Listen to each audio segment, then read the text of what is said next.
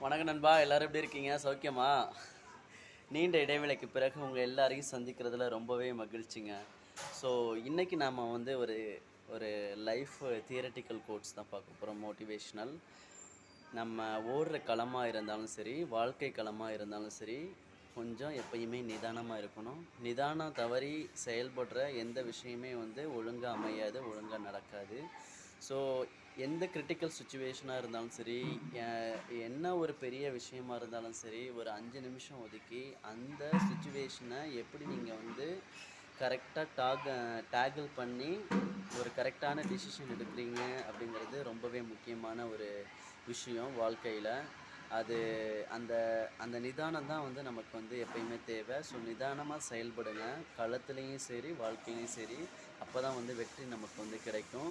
So அது மாதிரி எந்த ஒரு விஷயத்தையும் வந்து அவசரப்பட்டு செய்யாதீங்க.